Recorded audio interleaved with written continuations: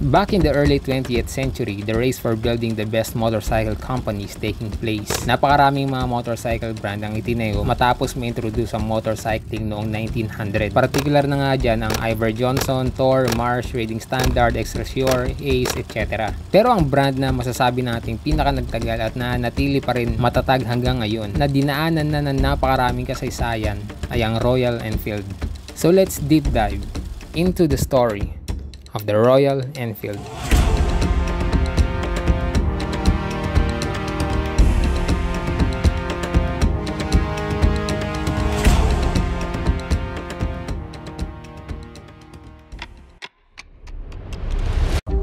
Ang pinakaunang motorsiklo na ginawa ng Royal Enfield ay noong 1901, making them the oldest motorcycle brand na nagpo-produce pa rin ng motor hanggang ngayon. Napaka-popular nga nito sa India at in-embrace nila ang brand na parang isang relihiyon dahil sa kanila mismo gawa ang mga ito. Although kinikilala bilang tubong India ang motorcycle brand na ito, pero ang tunay na founder nito ay nagmula sa Birmingham, UK na si Albert A.D. and Robert Walker Smith noong 1897. Itinayo nila ang Enfield Manufacturing Company. Itong duo na ito ay nagsimula mag-service ng mga parts ng precision rifle sa isang company na nagngangalang Royal Small Arms Factory, isang UK government-owned rifle factory sa lugar na nagngangalang Enfield. So doon nila kinuha yung pangalan na Royal Enfield later on. At since gumagawa ng mga baril ang Royal Small Arms, ginamit nila ang slogan na "Made like a gun". At noong 1898, sinimulan nga nilang gumawa ng mga motorized quadricycles. Napakabago lang nito sa mga British dahil ang pinakaunang beses na narinig ito ng mundo ay yung ginawa ni Daimler na version nito noong 1886.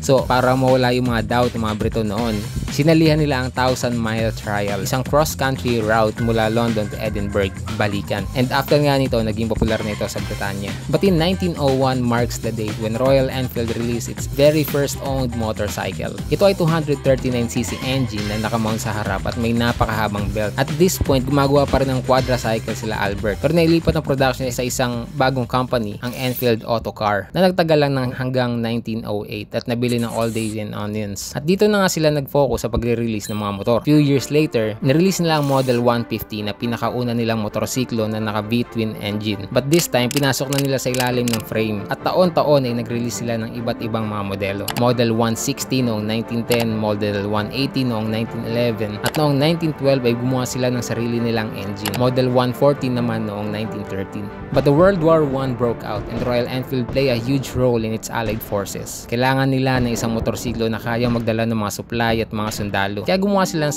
770cc between 2-cylinder 6 horsepower engine. Nakadalasang may nakakabit na sidecar. Kaya noong 1915, ang mga Belgian at Russian ay umorder ng mga modelo nito. Fast forward sa 1932, nirelease nila ang pinakasikat na modelo ng motor ng Royal Enfield, ang Bullet. May tatlong version ito, 250cc, 350 at 500cc, na naging sikat sa buong mundo at ang pinakamatandang modelo ng motor sa kasaysayan dahil namamayagpag pa rin ang lineage ng Bullet hanggang ngayon, 91 years.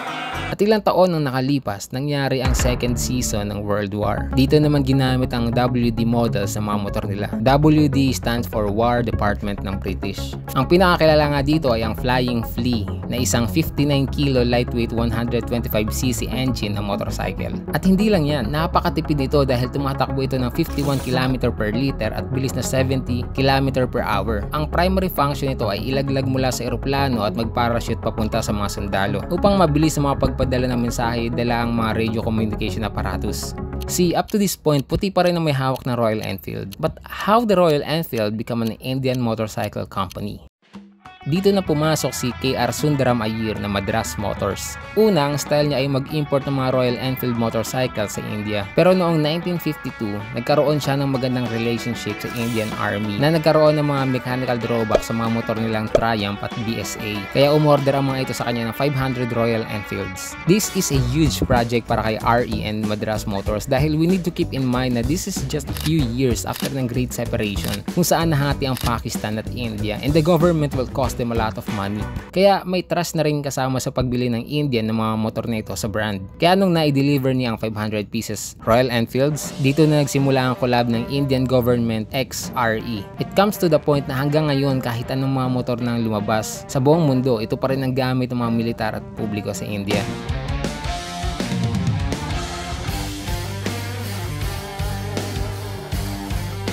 Kasama sa deal nila sa government ay ang pagbuo ng factory ng RE sa India para mapadali ang pag-deliver at paggawa ng mga motor nito sa bansa. Kaya noong 1955, nabuo ang Enfield India. Pero hindi lang yan, sumali rin sila ng mga competition with the rider Johnny Breton na nanalo ng 6 days trial gamit ang bullet ng ilang beses. Kaya ang presence ng RE sa Europe ay nananatiling buhay kahit na ang production nito ay lumipat na sa India noong 1962. But this is not a quick happy ending dahil 1970s is the era kung kailan nagpakitang gilas sa mga Japanese motorcycle brand sa mundo na nasaktan ng lubusan ng RE paglipas ng panahon. Kaya pumasok ang Eicher industry. Ayon sa chismis, wala talaga silang planong malaki para sa Royal Enfield. Pero ang lahat ng yan ay nagbago nang hawakan ni Siddharth Lal ang pagpapatakbo ng company. Siya ang anak ng CEO ng Eicher Motors.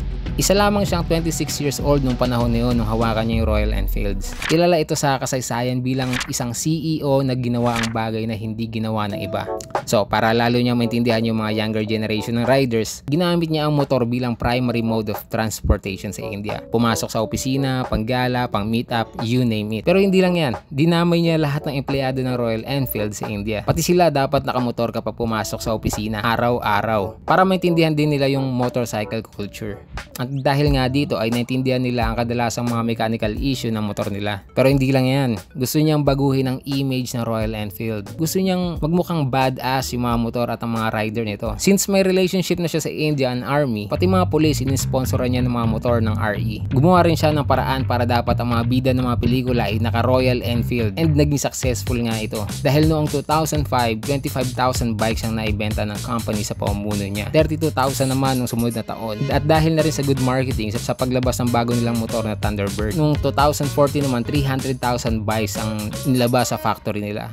Mayroong misconception sa Royal Enfield gaya ng luma daw yung technology nila, hindi daw maganda yung gawa ng India and napakarami pang iba. Kahit na napakaraming nagkalat na magazine and buhay na patunay ng mga owner, hindi talaga mawawala yung ganyang speculation hanggat hindi ka nakakapag-ride ng isa sa mga ito. The primary market of RE is the heritage and the niche nito sa classic communities. And it's one of the reason kung bakit hindi mawawala sa picture ang mga motor nila pagdating sa conversation sa stylish looking classic bikes. And they doing a lot of improvements sa mga bikes nila itong mga nakaraang taon. Royal Enfield is one of the most celebrated motorcycle brand in the world, especially in India. And sa growth nito ngayon, hindi malayong paglipas ng ilang taon ay maging ka-competition na ito ng mga top motorcycle brands.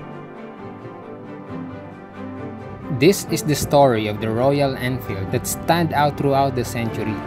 Ikaw, anong tingin mo sa brand na ito?